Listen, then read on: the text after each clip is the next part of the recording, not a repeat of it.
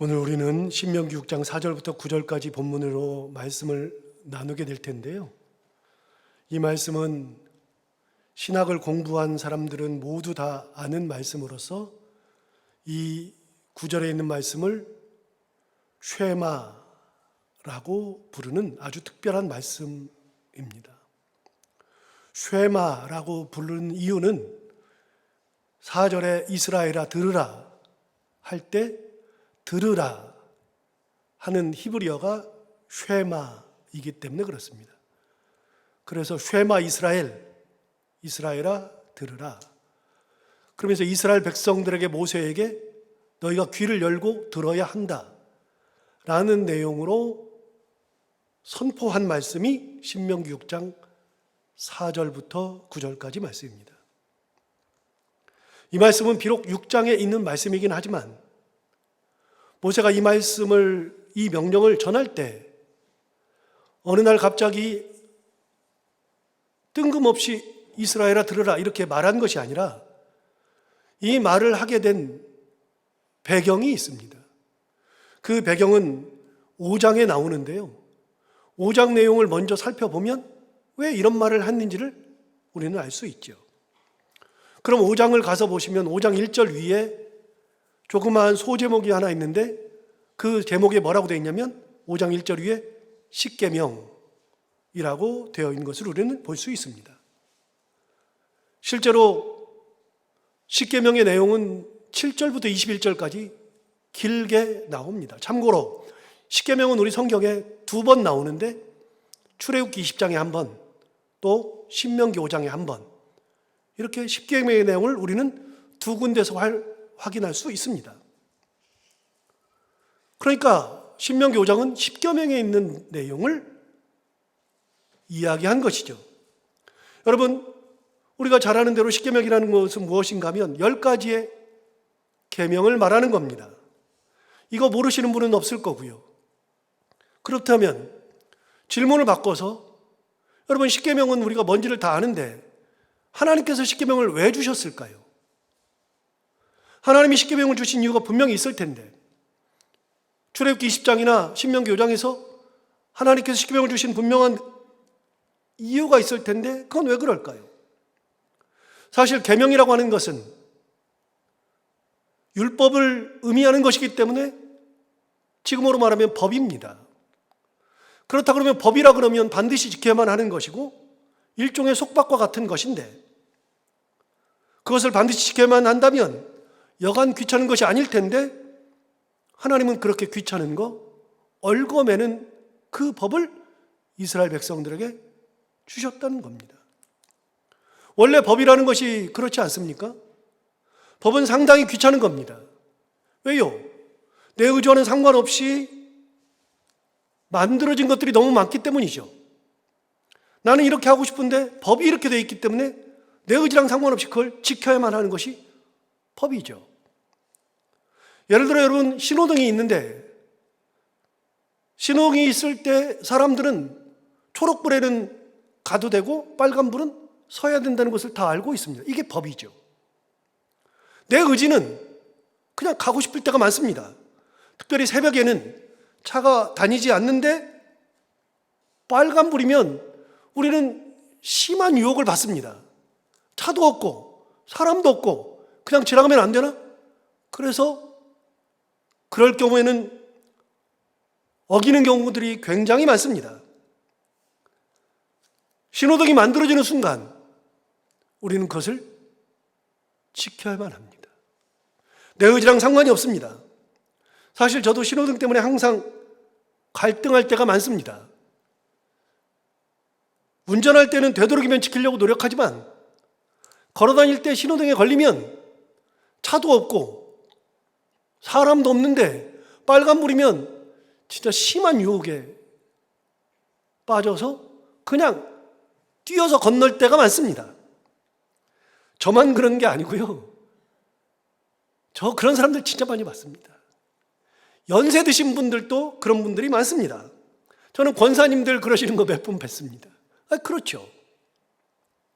더 재밌는 거는요, 낮이든 밤이든 초록불일 때 건너야 된다고 생각하는데 신호등 앞에 서 있을 때 초록불이면 가면 되는데 저쯤 있는데 초록불이 깜빡깜빡거리면 심한 유혹을 받습니다. 이걸 뛰어서 건너야 되나 말아야 되나.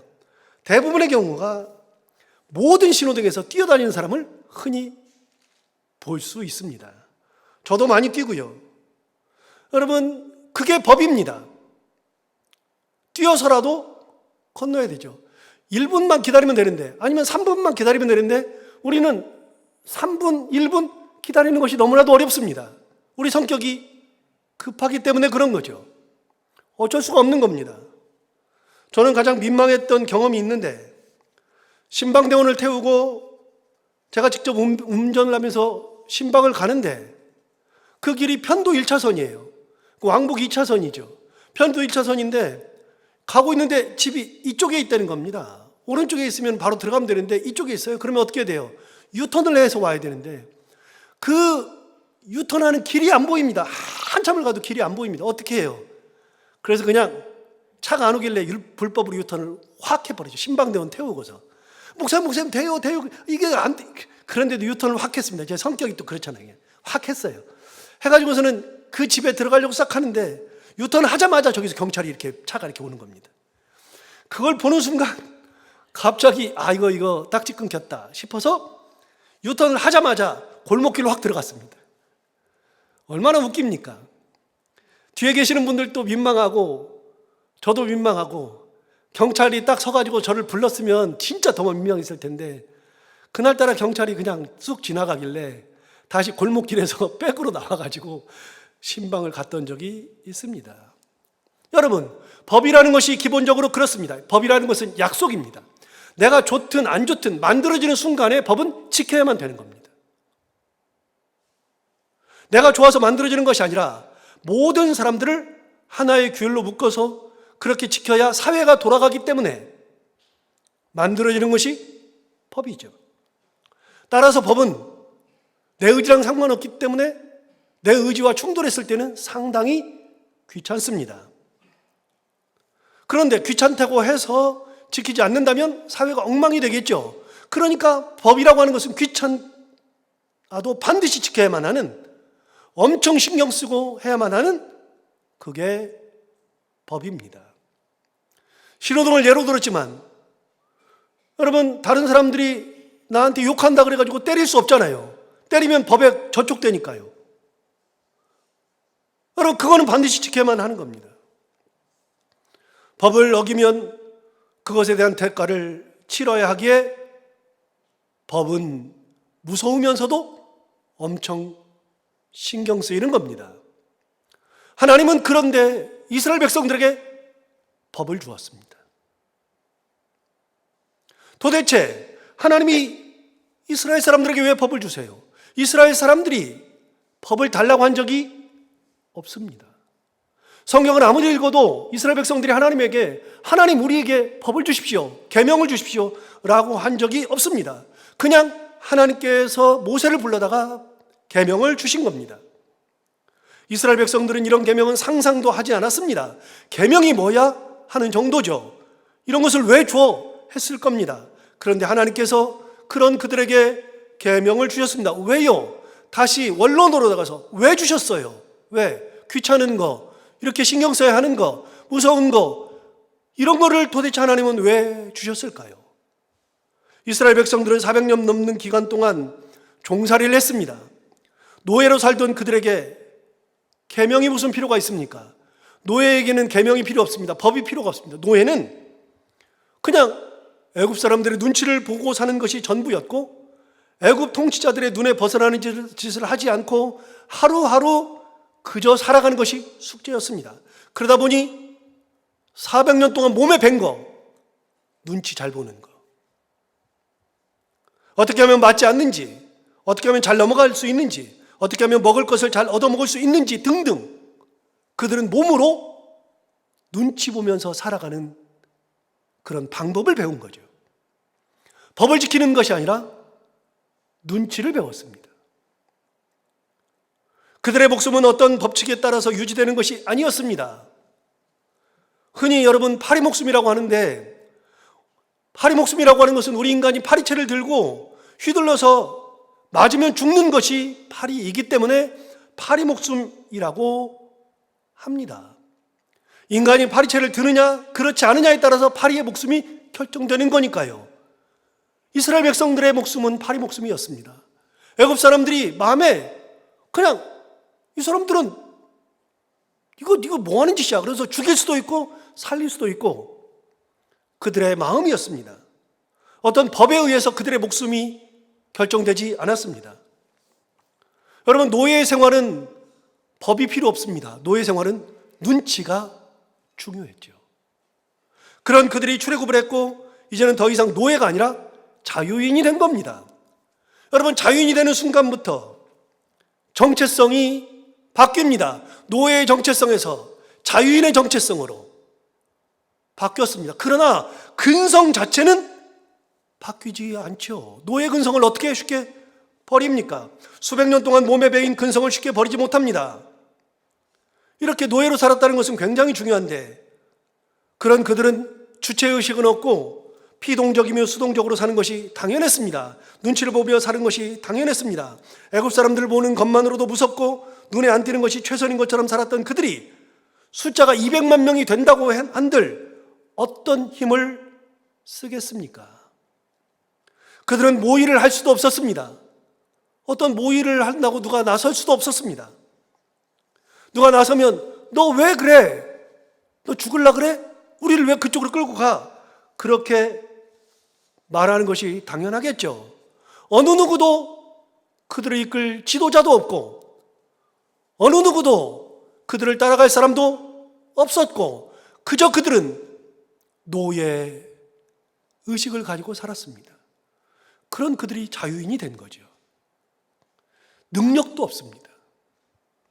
가진 것도 없습니다. 그런 그들에게 출애굽이라는 놀라운 일이 생겼죠. 여러분, 요즘에 새벽기도를 통해서 출애굽이라고 하는 것을 계속 나누고 있는데 하나부터 10까지 출애굽은 인간의 작품이 아닙니다. 출애굽은 하나부터 10까지 전부 다 하나님 작품입니다. 하나님께서 이스라엘 백성들을 노예에서 자유인으로 만드시고 그들에게 출애굽을 통해서 자유인으로 만드신 다음에 주신 게 뭐냐? 십계명이라는 겁니다. 자유인에게 꼭 필요한 것이 계명이기 때문에 그렇습니다. 이제는 눈치를 보고 사는 것이 아니라 계명을 지키고 사는 자유인으로서의 삶을 하나님 만들어 주신 겁니다.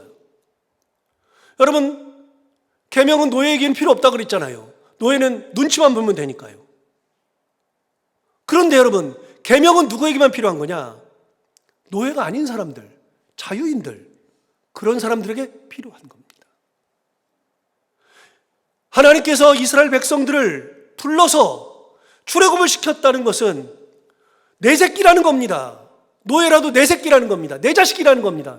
내 자식을 만들어 놓고 내 자식 살아가는 방법을 가르쳐 주는데 그게 뭐냐면 십계명이었습니다. 이렇게 살아야 된다고 가르쳐 준 겁니다. 눈치 보지 말아라. 그렇게 살지 말아라. 이제부터는 어떻게 하느냐? 계명을 지키면서 살아라. 주체의식을 가지고 살아야 된다고 말씀해 주신 겁니다. 여러분, 계명은 누구만 주시는 거냐? 자유인에게만 주는 거죠. 계명은 누구에게만 주는 거냐? 내 자식에게만 주는 겁니다. 십계명은 애굽 사람들에게 준 것이 아닙니다. 애굽 사람들은 내 새끼가 아니거든요. 십계명은 바벨론 사람들에게 준 것도 아니었습니다. 내 새끼가 아니거든요. 계명은 내 새끼에만 주는 겁니다. 다른 집 사람들이야 살든 죽든 병에 걸리든 그렇지 않든 하는 일이 잘 되든 그렇지 않든 대단하든 그렇지 않든 상관할 일이 아닙니다.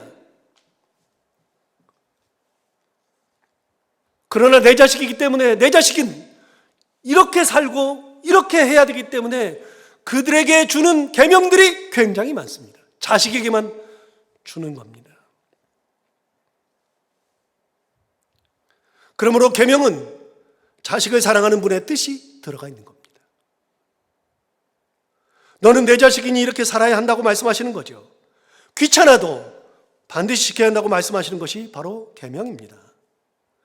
너 힘들게 살아봐. 너 골탕 먹어봐. 그게 아니라 힘들게 살아도 이렇게 살아야 된다. 어려워도 이렇게 살아야지 사람이다. 이게 내 자식이다라고 하나님 말씀하시는 거죠. 여러분들도 자녀가 있고 저도 자녀가 있는데 여러분 자녀를 키울 때 어떻게 키워요? 자녀를 키울 때 제약들이 많이 있잖아요. 옆집 애한테 그런 제약을 줘요? 절대로 안 주죠. 내 자식에게만 주는 거죠. 일찍 들어와라. 이거 먹어라. 공부해라. 여러분 내 자식이 아니면 그런 소리를 할 이유가 없습니다. 저는 자녀를 키울 때 여러 가지 교육 철학을 가지고 키웠는데 그 중에 하나가 인사를 잘해야 된다는 교육 철학을 가지고 키웠습니다. 인사를 반드시 시켰습니다. 안녕하세요라고 인사를 머리를 숙이면서 해야 된다고 꾸준히 가르쳤습니다. 그래서 인사를 잘 하는 편입니다. 그런데 가끔 제가 그럽니다. 너 왜 인사 안 해? 너 왜 인사 안 해? 그러면 했는데요? 그래요. 그럼 제가 꼭 이렇게 말합니다. 너 했어? 했어요. 어떻게 했어? 이렇게 했대. 말을 해. 왜 말을 안 하는 거야? 고개만 숙이면 인사야? 야, 너 고개 숙였는데 내가 못 봤잖아. 그럼 그게 인사야? 큰 소리로 안녕하세요를 해. 여러분, 그래서 안녕하세요를 반드시 하게 하고 고개를 숙이게 만들었습니다. 여러분, 얼마나 귀찮아요. 아빠는 왜 그러세요? 키가 이제 크니까 그런 말 하는데 네가 아무리 커도 해야 되는 것은 해야 되는 거야. 누구한테만 해요? 제 자식한테만 하는 겁니다. 그런 지적 웬만해서만 안 하는데 다른 사람들에게는 하지 않는데 내 자식에게는 반드시 하는 겁니다.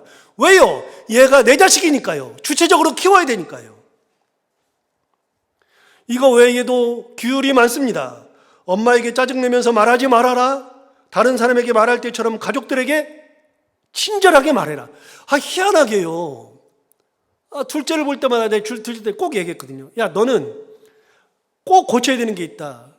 너는 왜 다른 사람들한테는 친절한데 엄마한테는 불퉁불퉁거리냐? 너 여자를 사귀어가지고 여자랑 같이 있을 때 그 부인이 될 수도 있고 아닐 수도 있겠지만 친해지고 나면은 왜 사람이 친해지기 전에는 막 그 사람의 눈치도 살펴주고 말도 예쁘게 하고 그렇게 하다가 왜 친해지면 특히 엄마한테 말을 불퉁불퉁하냐? 엄마한테도 다른 사람이 하듯이 그렇게 부드럽게 곱게 말해라. 꼭 얘기합니다. 여러분 그런 자식들 있잖아요. 우리 둘째가 꼭 그래요. 몇 번을 혼났습니다. 혼나가지고서 하루 이틀 잘하다가 또 그래요. 너 왜 엄마한테 또 그래? 부모한테 잘해야지 되는 거야. 그 얘기부터 합니다. 여러분 자식이기 때문에 일찍 들어와라. 주일에는 다른 짓 하지 말아라. 11조 반드시 준비해서 해라. 모든 것보다도 신앙이 먼저다. 등등 끊임없이 말합니다. 여러분 십계명을 하나님께서 이스라엘 백성들에게만 주신 이유는 이스라엘 백성이 내 자식이기 때문에 그런 겁니다. 계명을 주신 것은 내 자식에게만 주는 겁니다. 하나님께서 구별하신 내 자식. 너희가 노예가 아니다. 이제는 내 자식이고 자유인이고 너희가 세상을 살아갈 때는 이걸 지키면서 살아야 한다라고 이야기해 주었습니다. 여러분 그게 5장 7절부터 21절까지 쭉 나와 있다 그랬는데 십계명은요 5장 있는 것처럼 7절부터 21절까지 첫 번째 다른 신을 두지 말라, 우상을 섬기지 말라 이런 얘기를 하기 전에 출애굽기 20장에서도 마찬가지고 신명기 5장에서도 마찬가지고 반드시 그 앞에 나오는 중요한 말씀이 하나 있습니다. 십계명 바로 앞에 나오는 거 5장 6절에 나옵니다. 5장 6절에 이렇게 말합니다. 나는 너를 애굽 땅 종되었던 집에서 인도하여 낸 내 하나님 여호와라.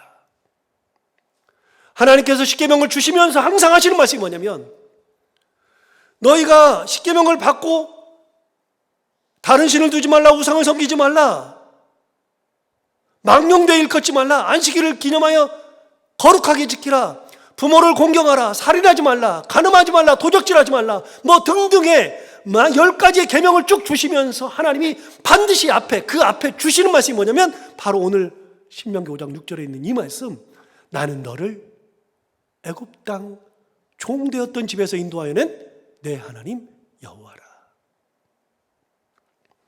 하나님 스스로가 분명하게 말씀하시는데 그건 이스라엘 백성을 애굽 땅 종되었던 집에서 인도하여 낸 분.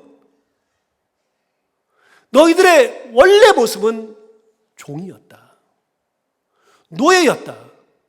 애굽 땅에서 그렇게 살았다. 그런데 내가 너희를 애굽 땅 종되었던 곳에서 인도하여 낸 너의 하나님 여호와다 라고 말씀하시면서 10가지의 계명을 주신 겁니다.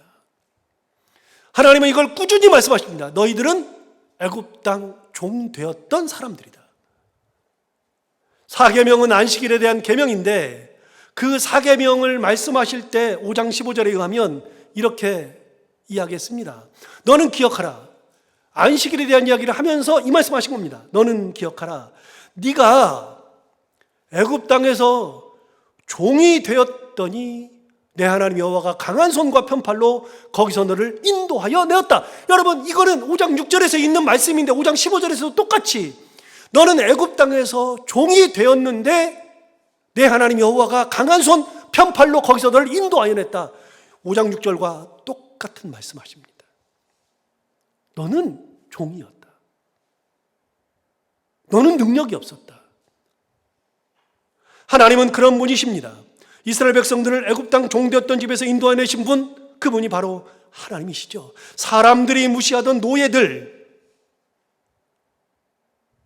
하찮은 그런 무리들, 그런 이스라엘 백성들을 자식으로 삼으사 이런 일을 행하시고 거기서 끌어내어 내 자식이라고 말씀하시고 여기 광야가에 인도하신 다음에 거기서 10계명 주신 겁니다. 이제부터는 이거 지키고 살아. 이게 너희들한테 주는 나의 사랑이야. 계명은 골탕 먹으라고 준 게 아니고, 계명은 힘들게 살으라고 주신 것이 아니라, 계명은 하나님이 사랑하기 때문에, 내 자식이기 때문에 주신 겁니다. 너희들은 종이었어. 노예였어. 능력도 없었어. 무시당했어. 그런데 내가 너희를 인도해냈어. 그리고 내가 너에게 이걸 주는 거야. 그게 계명이죠. 그렇게 10계명을 주셨으니까 어떻게 해야 할까요? 그래서 5장에서는 어떻게 해야 되는지 그 답까지도 줍니다. 32절과 33절에서 이야기합니다. 32절, 그런즉 너희 하나님 여호와께서 너희에게 명령하신 대로 너희는 삼가 행하라. 여러분, 하나님께서 말씀하신 대로 삼가 행해야 된다. 그게 계명이어서 하나님 이런 걸 왜 줘요? 이거 필요 없는데, 그게 아니라 하나님께서 명령하신 대로, 중요한 거죠. 명령하신 대로 너희는 삼가 행하라. 33절 말합니다. 너희 하나님 여호와께서 너희에게 명령하신 모든 도를 행하라. 똑같죠? 32절 다시 볼까요? 32절에서 이렇게 말합니다. 그런즉 너희 하나님 여호와께서 너희에게 명령하신 대로 너희는 삼가 행하라. 33절 볼까요? 너희 하나님 여호와께서 너희에게 명령하신 모든 도를 행하라 라고 이야기하고 있습니다. 이거는 자식에게만 주는 거니까요, 그대로 행하라는 겁니다. 그게 이스라엘 백성들이 살아갈 길입니다. 그래서 그 뒤에 보면 33절 뒤를 보면 이렇게 말합니다. 그리하면 너희가 살 것이요. 하나님의 말씀하신 명령대로 하면, 모든 도를 행하면, 그러면 너희가 살 것이다 라고 이야기하고 있습니다. 여러분, 너희가 산다는 건 뭡니까? 그대로 행하지 않으면 너희는 죽는다, 그 말입니다. 쉽게 말하면 그대로 행하지 않으면 너희들은 내 자식이 아니다, 그 말입니다. 다시요.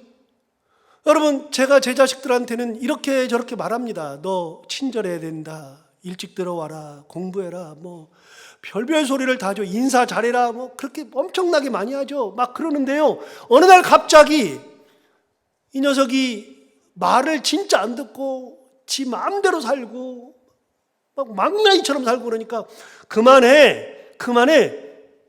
너 왜 그렇게 살아? 그렇게 했는데 끝까지 그렇게 나가니까 나중에 어떻게 해요? 너 그러면 더 이상은 집에 들어오지 마. 너 내 자식 아니야. 여러분, 내 자식이 아닌 이후부터는 내가 상관할 일이 없어요. 내 자식이니까 상관하죠. 내 자식이 아니면 상관할 일이 없죠. 여러분, 세상에 내 자식 아닌데 누가 상관합니까? 너는 내 자식 아니야. 그런 순간 상관없죠. 하나님 뭐라 그러세요? 이 명령을 너희에게 명하신 그대로 행하여라. 그리하면 너희가 살 것이다. 반대로 하면 너희가 그대로 행하지 않으면 내 자식 아니니까 너희가 살든 죽든 상관없다. 여러분, 우리가 신앙생활하면서 우리가 하나님의 말씀을 가지고 산다는 것은, 이 말씀대로 산다는 것은 하나님의 자녀이기 때문에 그런 거예요. 여러분, 하나님이 말씀하시잖아요. 안식일을 기억하여 소중히 지키라. 그래서 우리가 안식일을 지키는 거 아닙니까? 여러분, 예배를 소중히 여기고 예배를 하라고 하셨으니 예배를 드리는 거 아닙니까? 자식이니까 그러는 거죠. 아니면은요, 우리가 뭐라고 이런 짓을 해요? 할 필요가 없는 거죠. 얘기합니다. 그리하면 너희가 살 것이다. 또 이야기합니다. 복이 너희에게 있을 것이라. 여러분, 그것이 복된 길이라는 겁니다. 힘이 들고 어려워도 말씀대로 사는 것이 너희에게 복이 된다. 너희에게 복이 있을 것이다. 이게 복의 길이라고 이야기해 줍니다. 어떻게 하라고요? 명령하신 대로 행하는 것. 6장 1절에서도 같은 말을 합니다. 이는 곧 너희 하나님 여호와께서 너희에게 가르치라고 명하신 명령과 규례와 법도라. 너희가 건너가서 차지할 땅에서 행할 것이다. 여러분, 이 십계명을 받은 것은 출애굽한 지 1년 정도 지났을 때 받은 겁니다. 1년도 안 됐습니다. 1년도 안 되고 받고 시내산에서 1년 정도 머물렀으니까요. 출애굽한 지 얼마 지나지 않아서 십계명 받았습니다. 우리가 알다시피 광야 생활 몇 년 했습니까? 40년 했습니다. 1년도 안 돼서 계명을 받고 39년을 광야에 살았습니다. 그리고 훗날 그들은 광야 생활을 청산하고 가나안 땅으로 들어갈 겁니다.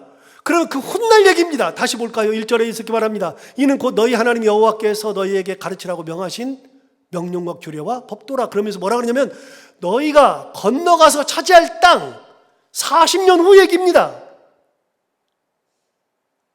거기서 너희들이 민족을 만들고 나라를 만들어서 살아갈 그때 그 땅에서 행할 것이다. 그렇게 살아야 한다고 이야기합니다. 3절도 보시면 이렇게 말합니다. 이스라엘아 듣고 삼가 그것을 행하라. 계속 말합니다. 여러분, 계명은 듣고 행하는 것이 계명입니다. 행하라는 말을 계속 말합니다. 그리하면 내가 뭘 받아요? 복을 받아요. 아까 나왔잖아요. 33절에서 나왔잖아요. 그게 복이 있는 길입니다. 그리하면 내가 복을 받고 내 조상들의 하나님 여호와께서 내게 허락하심 같이 젖과 꿀이 흐르는 땅에서 내가 크게 번성하리라. 여러분, 하나님께서 우리에게 계명을 주시고 우리에게 말씀을 주신 것은 그걸 통해서 우리가 그 말씀을 그대로 받들고 그대로 행하면서 살아가면 그 길이 바로 복된 길이고 그 길이 번성의 길이기 때문에 그렇습니다. 저는요, 지금까지 살면서 부모가 자식들 잘못되라고 하는 경우를 본 적이, 물론 정신병자들은 그럴 수 있죠. 정신병자들 중에서는 진짜 정신병이죠. 자기 딸을 강간하는 아버지도 있고 별짓을 다 하는 사람도 있지만 그거 다 정신병입니다. 말이 됩니까? 정상적이라면요, 부모가 자식들 잘못되라고 하는 부모는 세상에 한 명도 없습니다. 내 심장까지도 내주는 것이 부모 아닙니까? 가장 귀한 것을 주는 것이 부모인데, 여러분, 하나님께서 이야기합니다. 이 계명을 지키는 것은 너희들이 듣고 삼가치게 행하라.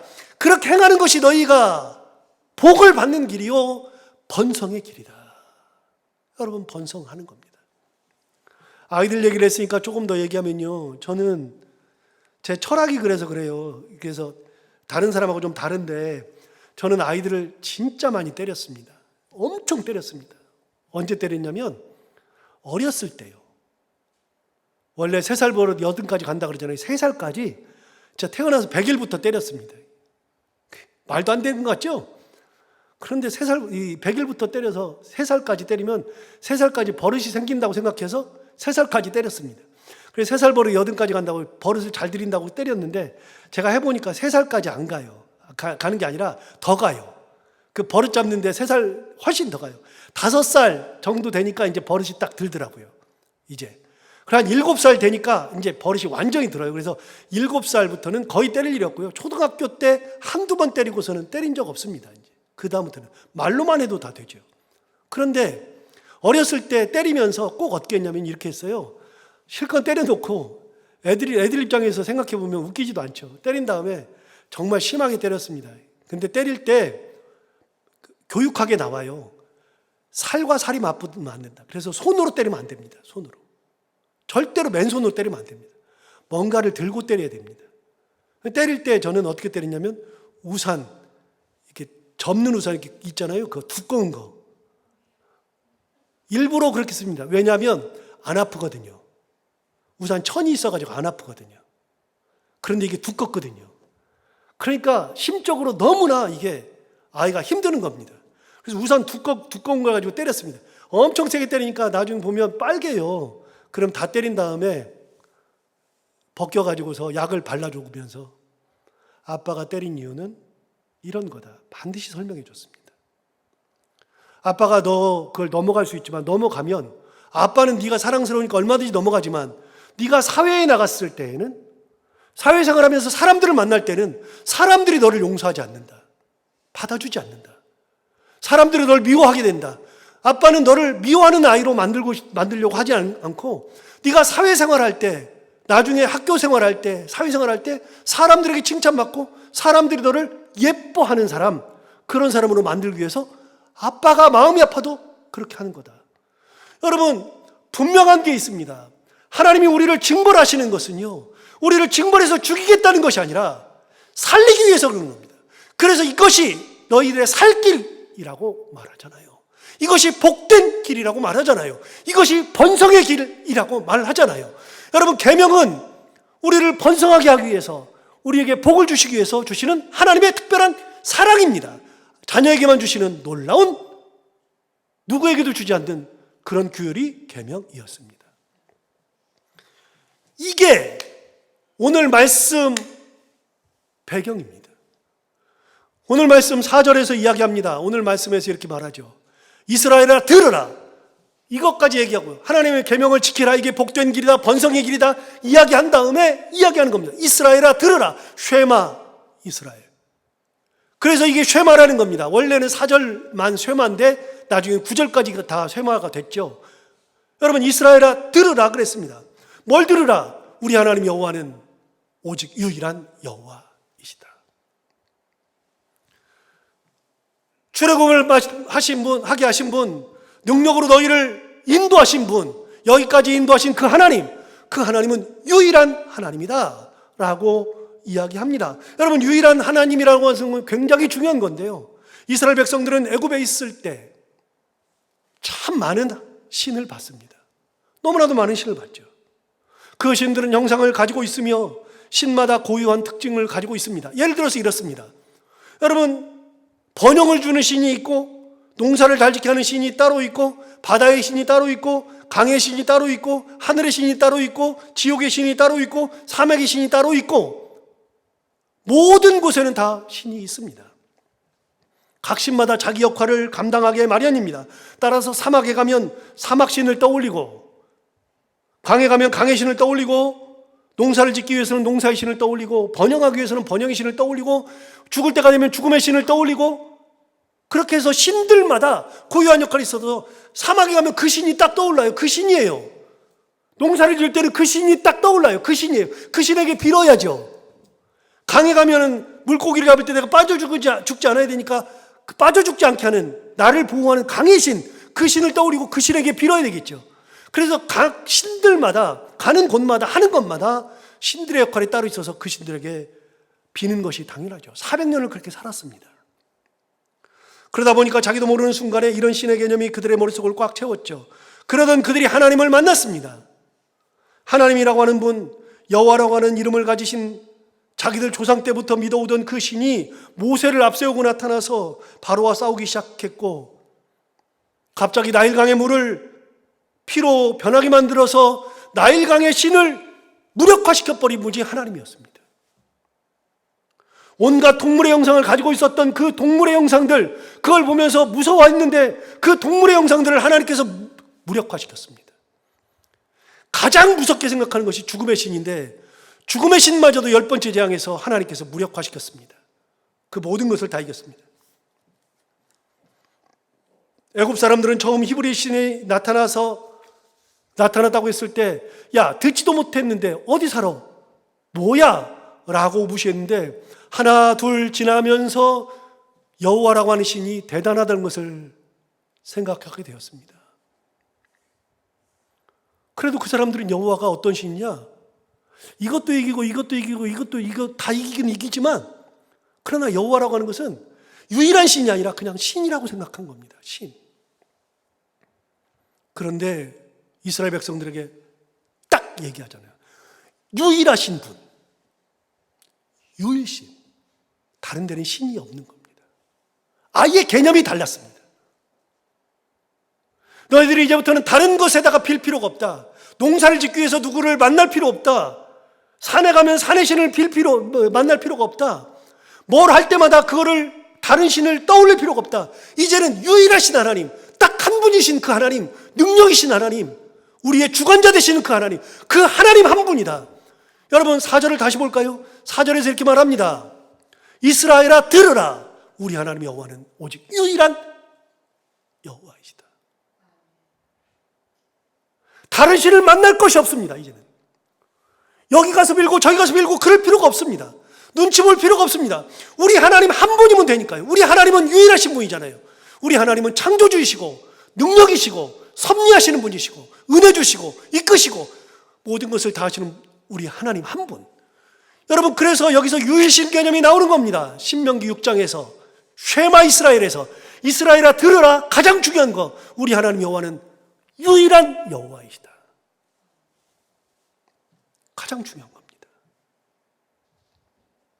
우리 하나님은 산의 신도 아니요, 바다의 신도 아니요, 죽음의 신도 아니요, 생명의 신도 아니요, 그야말로 천지 만물의 주인이신 우리 하나님 여호와 한 분이신 분. 그걸 정확하게 모세가 이스라엘 백성들에게 선포한 겁니다. 다른 거 보지 말아라. 하나님 한 분 보고 살면 된다. 그분이 계명을 주신 거다. 5절 말합니다. 5절에서 이렇게 말하죠. 너는 마음을 다하고 뜻을 다하고 힘을 다하여 내 하나님 여호와를 사랑하라.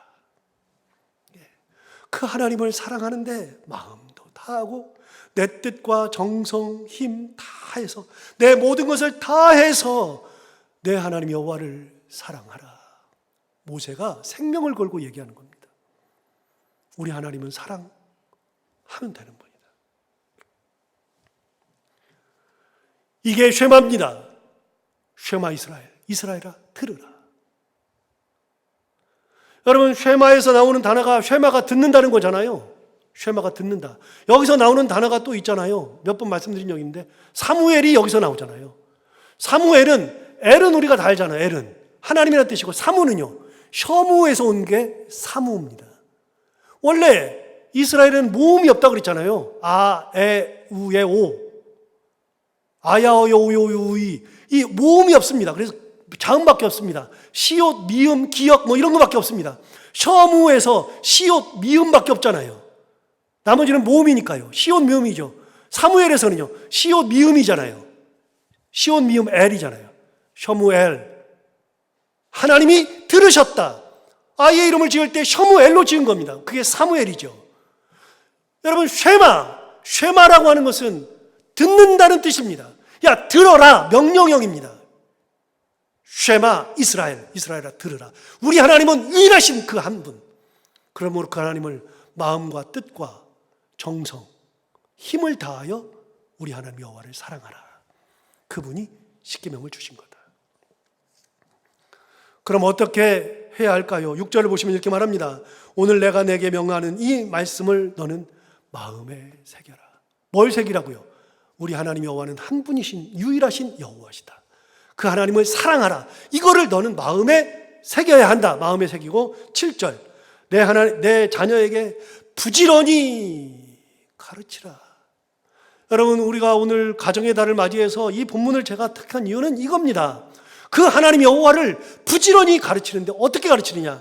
집에 앉았을 때에든지, 길을 갈 때에든지, 누워 있을 때에든지, 일어날 때에든지 이 말씀을 강론할 것이다. 그렇게 가르치라고 이야기합니다. 8절에 말합니다. 너는 또 그것을 내 손목에 매어 기호를 삼으며 내 미간에 붙여 표를 삼아라. 여러분, 손목에 매어서 기호를 삼으래요. 미간에 붙여서 표를 삼으래요. 이게 테필린이라고 부르는 네모 박스가 나오는데, 여러분 보십시오. 이게 뭐냐면요, 제가 그냥 사진에서 뽑은 겁니다. 여러분, 이스라엘 백성들이 여기 보는 것처럼 손목에 매어서 기호를 삼고 이 미간에 붙여서 표를 삼으라는데, 여러분 여기 미간에 보면 이게 아이도 그렇고 청년도 그렇고 여기 미간에 뭐 이렇게 있죠. 박스가 있죠. 새까만 박스. 그게 뭐냐면 테필린이라는 건데, 테필린이 이렇게 있어서 그걸 열으면 조그만 이제 그 공간이 나오겠죠. 그 공간에다가 성경 구절을 집어넣습니다. 저기 지금 성경 구절이 들어 있습니다. 성경 구절이 뭐가 들어 있느냐? 바로 오늘 시편 6편, 신명기 6장 4절에서 9절 말씀. 쉐마 이스라엘 들으라. 9절까지의 말씀이 여기에 쓰여 있어가지고 여기다 딱 집어넣습니다. 그래서 이스라엘 사람들은요, 이거를 딱 메고 다니는 사람들이 꽤 있어요. 그리고 무슨 행사가 있을 때는 이걸 꼭 해요. 그걸 딱 보는 순간에, 미간에 있는 걸 보는 순간에 신명기 6장 4절에서 9절 이스라엘아 들으라, 이 말씀이 딱 마음에 새겨지잖아요. 이 말씀이 생각나잖아요. 이 말씀대로 살아야지, 그런 생각을 하잖아요. 이걸 보는 순간에 자녀들에게 가르치게 되잖아요. 언제든지 가르치게 되잖아요. 마음에 새기기도 하고. 자, 두 번째, 손목에 매어서 기호를 삼으라 그랬는데, 손목에 보면은요, 여러분 보세요. 청년도 그렇고 아이도 그렇고 손목에 이렇게 매었잖아요. 몇 번을 돌냐면 7번을 돌립니다. 7번. 7번을 검은 띠로 이렇게 쭉 돌리죠. 7번을 돌려가지고서 이렇게 딱 있어요. 그래서 손목에 항상 이거 테필린을 할 때에는요, 이 위에 있는 테필린 이거 네모 박스를 할 때는 반드시 이것도 하고 손목에도 이걸 돌려가지고 그거를 딱 쥐고 있습니다. 이게 뭡니까? 기호를 삼고 그거를 표로 삼고, 이걸 딱 보는 순간에 하나님의 말씀이 생각나고 이대로 살아야지, 하나님을 사랑해야지 결단하고 살으라고 이렇게 하는 겁니다. 9절을 보시면 이렇게 말합니다. 또 내 집 문설주와 바깥문에 기록할지니라. 여러분, 그래서 집을 들어가면 집에 문이 있잖아요. 문 있는데 문을 열고 닫는데 그 문 위에 있는 그 이런데, 그다음에 설주 이런데, 바깥문에도 마찬가지고 거기다가 적어 놓습니다. 이렇게 막 적어 놓습니다. 뭘 적어 놔요? 우리는 옛날에 상량이라 그래가지고 집을 지으면 가운데 대들 지나가는 보가 지나갈 때 그 보에다가 이렇게 적는 게 있잖아요. 언제 몇 월 며칠에 이거를 했고 뭐 이렇게 해가지고 딱 적어 놓는 거 있잖아요. 이번에 뭐 5월 15일에 우리가 김제 금산교회도 가고 강경도 갈 텐데요. 금산교회 가보면 금산교회에 가서 딱 보는 순간에 그 상량을 볼 거예요. 상량을 보면 그 위에 적힌 게 있어요. 이 보가 지나갈 때 있는데 거기에 딱 적어놔요. 이걸 언제 지었고 뭐고 이런 걸 다 적었는데, 그게 아니라 이스라엘 백성들은 집에 문 들어갈 때 나올 때 다 볼 수 있도록 이게 다 적혀 있습니다. 뭐가요? 신명기 6장 4절에서 9절 말씀이. 이거는 생명처럼 여겼습니다. 이스라엘 백성은 끝까지. 오늘 이 가정의 달에 우리가 뭘 기억하고 살아야 되는가? 우리 가정이 어떻게 살아야 되는가? 바로 이 하나님, 유일하신 하나님. 그곳에서 인도하여서 십계명을 주시고 행하라 하시고 이것이 복의 길이다, 번성의 길이라고 말씀하시는 그 하나님을 바라보면서 그 하나님을 사랑하며 살라고 했던 이 말씀을 기억하면서 살아가는 그런 가정, 그런 교회가 될 때 그게 바로 복된 길이요 번성의 길이라 하는 거 기억하면서 이 말씀 기억하고 살아가는 우리 모두가 다 되기를 바랍니다. 기도하겠습니다. 하나님 아버지, 감사합니다. 오늘 귀한 말씀 우리를 깨우쳐 주셔서 감사합니다. 오늘 말씀을 들으면서 이게 얼마나 귀한 말씀이었나 다시 한번 새겨보게 됩니다. 하나님 아버지, 우리를 그렇게 사랑하셔서 노예의 삶에서 인도하여 주시고 자유인의 삶을 주시고 우리에게 십계명을 주시면서 그걸 지키면서 살아라, 말씀을 주시면서 그 말씀대로 행하며 살아라, 그것이 복된 길이라 번성의 길이라 말씀하시는 하나님의 음성을 들으며 그 하나님의 귀한 말씀대로 살아갈 수 있는 저희들 모두가 다 되게 하시고 가정, 교회 되게 하여 주옵소서. 예수님 이름으로 기도하옵나이다.